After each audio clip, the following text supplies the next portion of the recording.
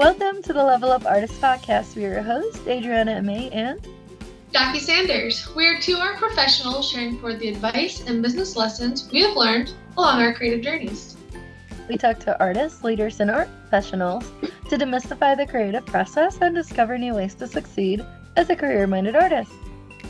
If you find value in these conversations, please go ahead and subscribe. This will help other creatives like you find our podcast, and you will be notified when we drop a new episode every Tuesday. So on today's episode, the topic we want to discuss is, as you all know, making art isn't always easy, right? I mean, I like to joke. There's easier jobs out there, but it's a path that we choose because, amongst other things, right, it enriches the world, and the community around us, and it can also enrich our personal lives as well. Now, we're going to be exploring some of the things that art can teach us when we accept that invitation to step forward and embrace the process despite the ups and downs. Yeah, and honestly, I feel like cultivating that artistic resilience really is the key to finding that joy in art making, even when things don't go as planned. Because, of course, it is very easy to enjoy things when everything's going perfectly and you have all the time in the world. Every experiment turns into your best piece. But figuring out how to bounce back when things don't go as planned, that's the creative resilience that every artist needs.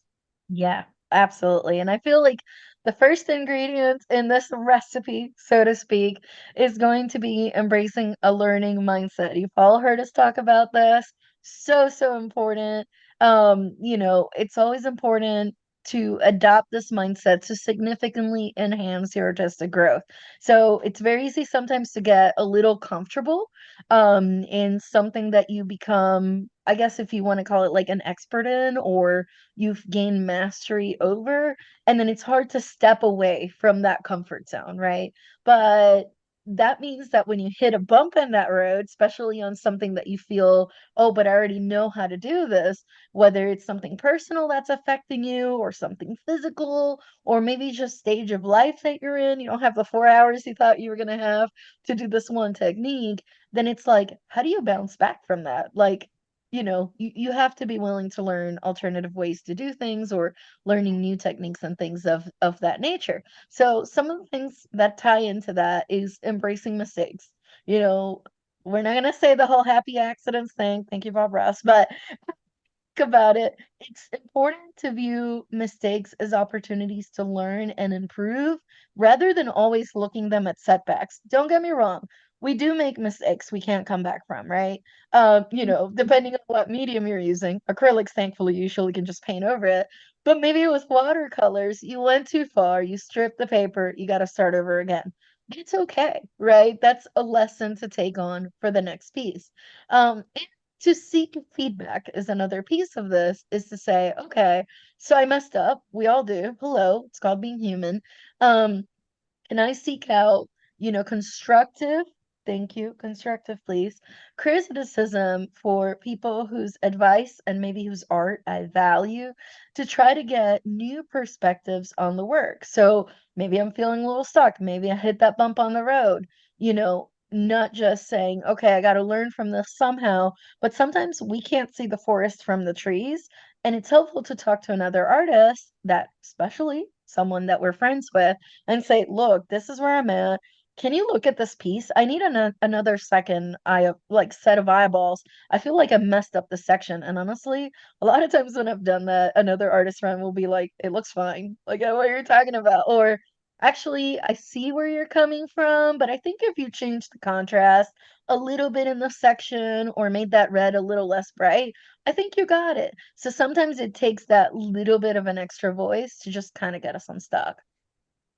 Yeah, exactly. And I think that also lends itself to staying curious too, which I think is a huge strength of artists. It's definitely referred to as creativity, but I almost see it as curiosity of exploring a medium, exploring a subject matter.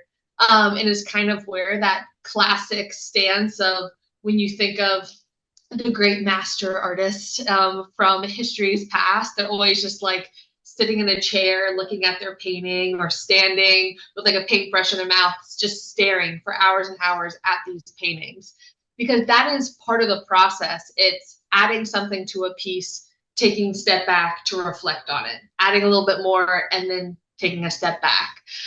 Which a lot of that comes with staying curious and willing to allow your work to become what it needs to be, right? And this includes exploring new techniques, new mediums, new ideas, and that time to reflect regularly on what you learned from each piece, what you've learned from this stage of the painting, and then consciously taking that time to reflect on how you can use that to better inform your work moving forward. Because ultimately, art making really is about the process. So it can be helpful to shift your mindset too, rather than focusing so much on the end product, focus on that artistic process. Because that's often what leads to greater satisfaction and just more meaningful, thoughtful work. Obviously, we love being able to check that box off saying that this painting is done, or when you get to add it to your website or submit it for a show. That's a really satisfying feeling. But that's not the bulk of the time that we as artists spend with that work. It's the many, many hours that we spend on a painting or a series of paintings that is the part that we really need to focus on being enjoyable. And I know I, for one, can often be guilty of forgetting that because I am such a type A to-do list checklist person. But realizing that the real fulfillment comes from leaning into the process, really enjoying the journey and the act of creating rather than that finished piece. So one thing that can be helpful that I've definitely done through various phases of my creative journey and then slowly forgot and I have to like reinstate it is really making the goal process driven. So it could be a goal related to, okay, I want to learn this new technique by this date, or I want to spend this amount of time in my studio, but it's not saying I want to finish this number of paintings or I have to do this. It's just exploration time, experiment time, time in the studio. And then ultimately, those outcomes will inevitably happen because they always do, but focus on the process first rather than the end product. Yeah, no, I love that idea because it's like when you think about it, if your process is so tedious, and I don't mean in a I love it because I'm, OCD-ish, love it, but more like I'm hating what's happening before I'm happy for the outcome. That means when things get rough, it's more likely to cause frustration and for you to want to abandon it, right? And there's easier jobs out there, like we like to say. But the truth of the matter is, if you already love your process, I'll give a quick example. Like I love the intuitive painting process where you can be dancing, you can be singing, do whatever you want to that background. In fact, if it's either right before or soon before this episode or soon after, we have an episode with an artist that does intuitive art. So she'll talk more about that. But that idea of like, you can just have fun with it before you even have to worry about the final outcome, right? That's something that when things get going, and maybe something's going that's a little challenging in your personal life, you will actually look forward to your creative process and saying, I can't wait to get back in the studio and put on some music and dance around and splash some paint and process these other feelings and things that are happening. But my artwork is helping me through that too. So it's not just about what will it look at the end. It also helps enrich my life in other ways. It helps me in other ways. So having a process that you love and focusing on that a little bit more than it has to look perfect, quote unquote, you can get a lot more enjoyment out of that. Which also brings me to the next thing. So speaking of the process, is actually documenting it. We both love this, right? We both love like the journal practice and encourage it to everybody. So whether it's a journal or a sketchbook, something where you can document your creative journey and any insights you found. For some people like myself, that might be in the way of a color swatch book and finding formulas of colors and new discoveries and new viscosities and transparencies and nerdy stuff like that and pigment codes. For others, it might be writing about, the thought of the day or what this painting's inspired by or something they observed in nature. Look, whatever floats your jam, but that can help, especially if you're feeling stuck later on down the road. You can go back and review your notes and be like, oh, this is why I make this stuff. This is what brings me back every time to that canvas, to that sculpture, to whatever your medium is, and just gets that, gets the juices going again. And of course, we, as your cheerleaders here on the podcast, will always tell you, celebrate those small wins, right? Like, maybe you finally got that color combination right that you've been trying to do. You were that color that was just, oh, it was just getting to you, and it finally came out. That watercolor that you were not sure if it was granulating the way you wanted. That sculpture that you were struggling with it not cracking, and you finally figured out how to not make it crack. Like those kind of things, when they happen, just celebrate it. Celebrate it along the way. It's like those little, you got that sticker star, when you were a kid. It just keeps you going. So super important. Again, this is like, I feel like ingredient number two of creating, cultivating artistic resilience is to have that focus on the process, which is what we just talked about. The next part of it, or the next ingredient, is going to be experimentation. Oh my gosh. Super duper uber. I can't even, I'm highlighting it, I'm bolding it, I'm making it all caps. Experimentation, people. Like, following a formula, good, great, whatever floats your boat. But we all need to experiment every once in a while. This is how we generate new ideas. This is how we generate techniques where we don't have that pressure of it has to be this masterpiece situation. Throw that out the door. Not worth it. This is when we go, okay, regardless of what my mastery is of a medium, every once in a while, doesn't have to be all the time, I need to try new mediums. New mediums can help me discover ways to innovate and evolve what I already do. Even if you're the bestest ever at whatever you do, if you always do the same thing, you'll eventually, probably, some people are different, but most of us will get bored if we're doing the same thing over and over again.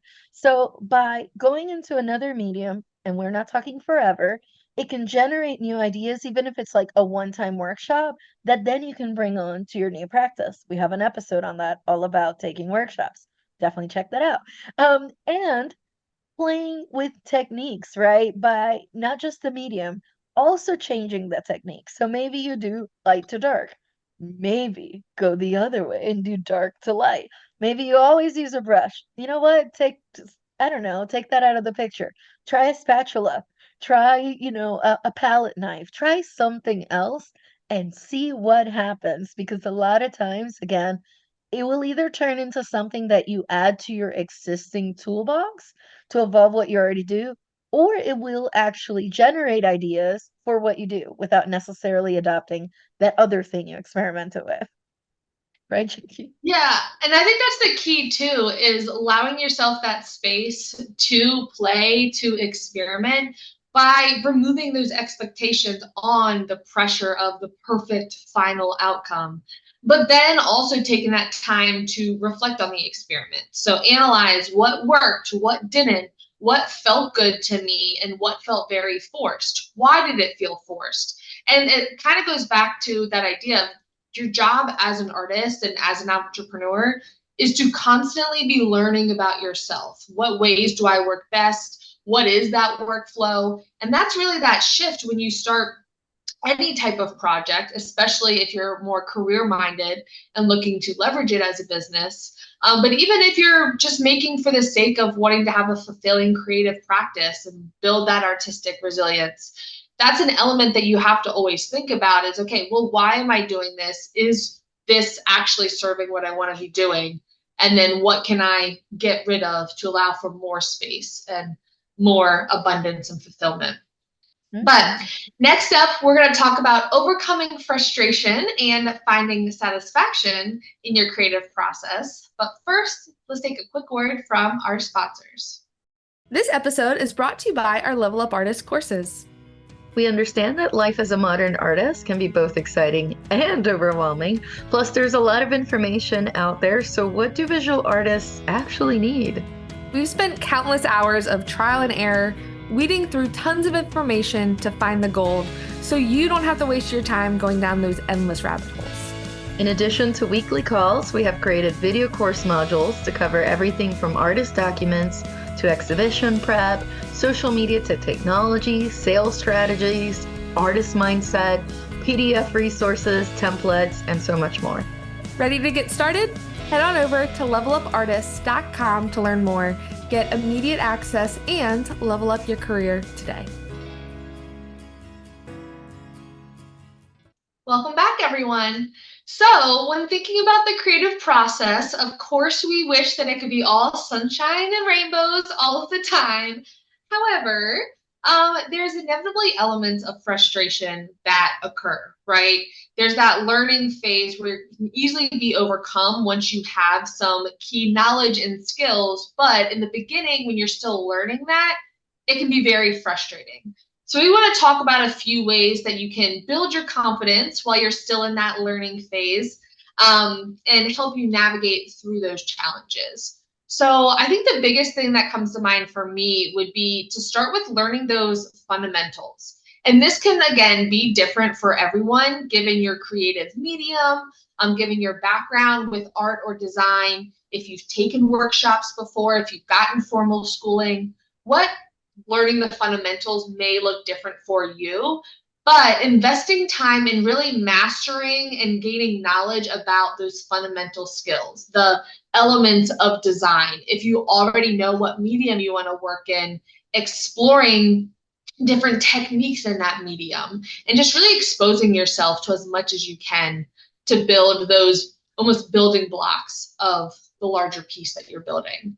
And it can be helpful too, where in the beginning of the process, you're, of course, really excited, right? So you're energized, you're super enthusiastic, you're going to make art for 5 hours a day, no matter how tired you are.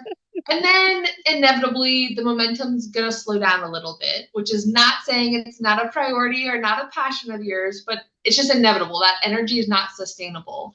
So it can be super helpful to break down your learning into smaller challenges. So have more difficult aspects of your work broken down into manageable tasks of saying, okay, well, this week, my challenge is to learn X, or by the end of this month, I'm going to learn Y, and figuring out what that actually looks like from a sustainable energy standpoint. So that in that way, you just are focused on those smaller checkpoints along the way. And then when you look back 3, 6 months from now, you can say, oh, wow, I actually accomplished a lot in my learning foundation. But you're not just thinking, oh, in 6 months, I want to do this one big goal. You break it down into smaller pieces, which can be very, very helpful. Yeah, and I love that you're mentioning that because I feel like depending what medium you're working with, sometimes there's quite a bit of a learning curve. So maybe it's like what kind of medium or media or materials can you mix with oils? Like what makes it dry faster? What makes the oil maybe like have a different consistency? What kind of varnish can you do? How long do you have to wait? Like there's so many things that come when you're exploring different media or even trying to learn about the media you're focused on that it can be a little overwhelming. So one of the ways, like Jackie said, learning the fundamentals of how that medium works, trying to break down the things that look a little more complex into more manageable bites. Like maybe don't try to tackle priming components and also things to modify the actual media itself and varnishes on the same day, like maybe like spread them out a little bit. Another way I feel like it's helpful for this to help overcome frustrations that may pop up is to take classes, right? Throughout the year. Take classes, workshops, even online courses to help you keep learning and growing. Plus, it's another way, especially if you're doing the ones where it's live with other students, you get to learn from their questions too that maybe you didn't even know you had, or different Mm-hmm. ideas or different ways that they will do things that, let's say you only learn from a book, you won't know, except by doing a workshop with other people or with different types of instructors. So that will help too.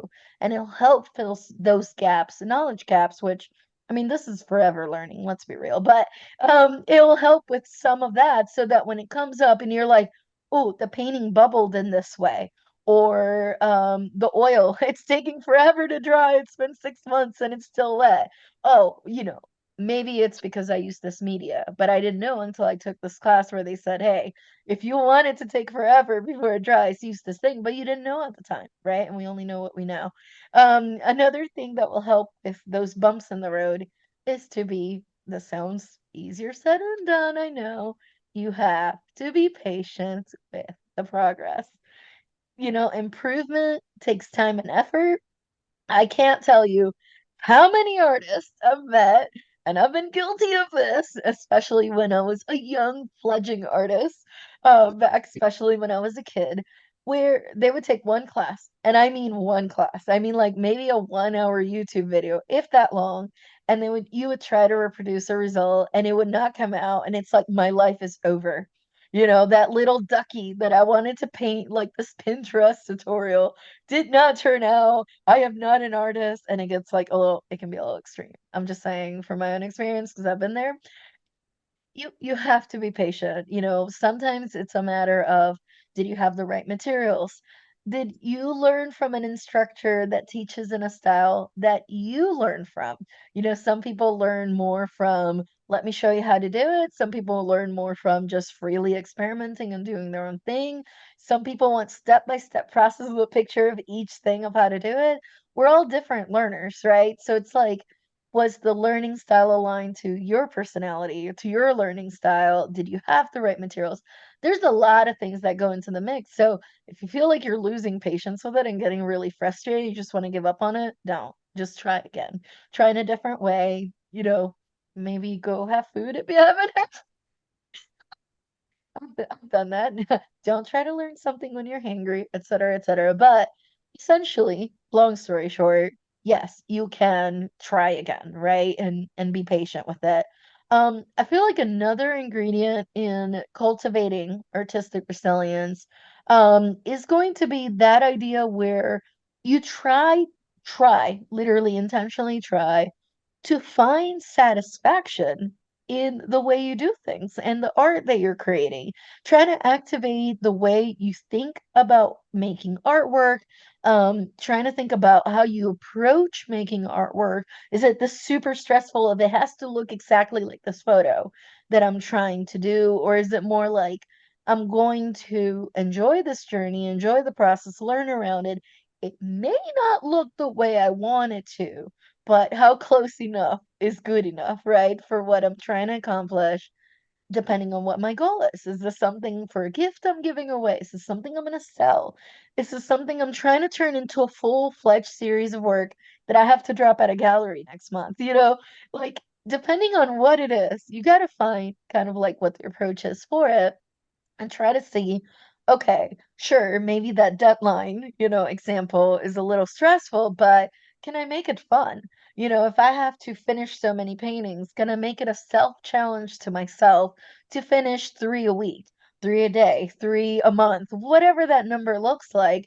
But doing it by setting it realistic goals, right? Not like I'm gonna do all these things and I'm not gonna sleep for a week and I'm just gonna drink like Red Bull, every day until I get the stuff done. That does not sound like fun. Okay, maybe for some of you, but for me, I'm like, that sounds stressful. I need 8 hours of sleep. Yes, please, thank you. Otherwise, my paintings look like trash. So, um, what kind of goals can I set that are both achievable, maybe a little challenging, that still align with what those vision and what those kind of like overarching things I want to accomplish are, but without like losing sleep over the stuff, right? And like, pulling my hair out because I'm so stressed out. And while I'm in the middle of this, sounds more challenging, easier said than done, is to see how I can squeeze in some self-care into it, right? So how can I ensure that, again, in the example of something a little more stressful, like a big deadline coming up, maybe for a show, maybe for a gallery, etc., how can I take care of my mental and physical well-being, keeping an eye on that creativity engine, that creativity tank, and making sure I'm not depleting it completely? So maybe it's like, okay, I'm going to set a goal. I'm going to do so many paintings a week. And then I'm going to celebrate the small win by fill in the blank, going out and hiking in the mountains or celebrating my friends and going to a restaurant and we're going to have ice cream because why not? I don't know, whatever that looks like for you, but trying to strike that balance between, yeah, I want to set these goals, but also like I don't want to go so fast that we invite burnout into the conversation because that's gonna any satisfaction you got out of the art and the process of making it, you literally just flipped it on its head. It's not good. Absolutely. And I think that's the one thing too, that a piece that can be super helpful with accountability there. It sounds kind of counterintuitive, but I think all of us really know that self-care, taking care of our mind, taking care of our bodies is not always a very natural state for many of us because we can be so tunnel vision and go, go, go, or there are systems in our society that don't necessarily reward mindfulness and taking time to invest in your health.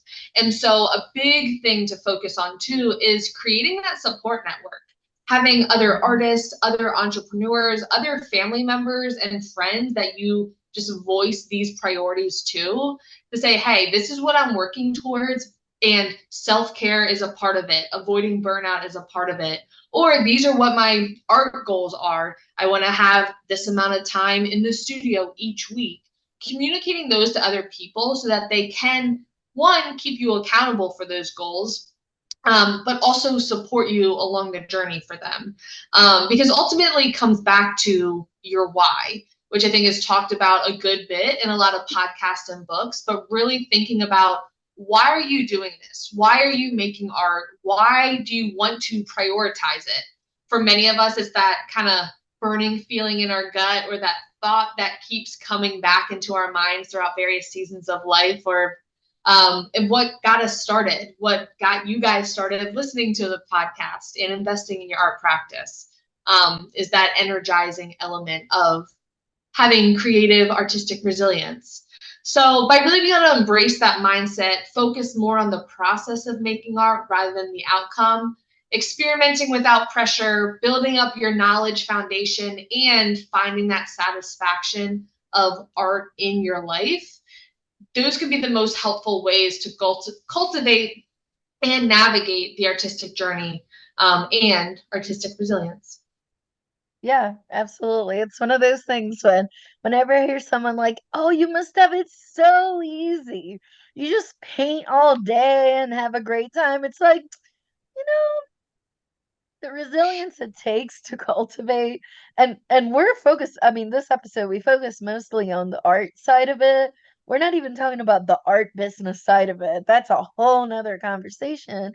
But honestly, these are the kind of things that translate to other parts of our lives, and it's like so necessary because if we live in a bubble where, like you said, it's all rainbows and unicorns, when we hit that bump on the road, it's gonna hurt, and it's gonna, it's just like a big challenge out there.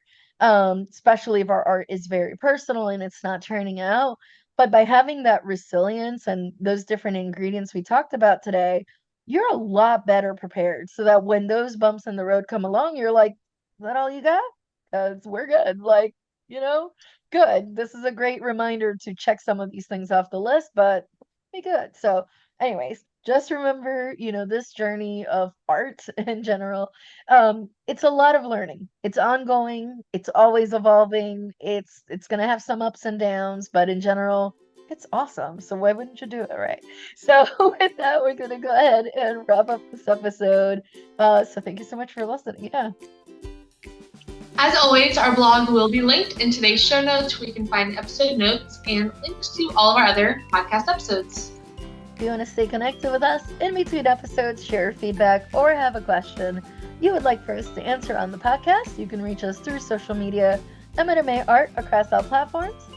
And I am at J Sanders Studio on all platforms. And if you want to follow the podcast, we are at Level Up Artists on Instagram. You can also visit levelupartist.com to get immediate access to templates, resources, and course modules to level up your creative career today. Thank you so much for listening. We'll talk to you next week.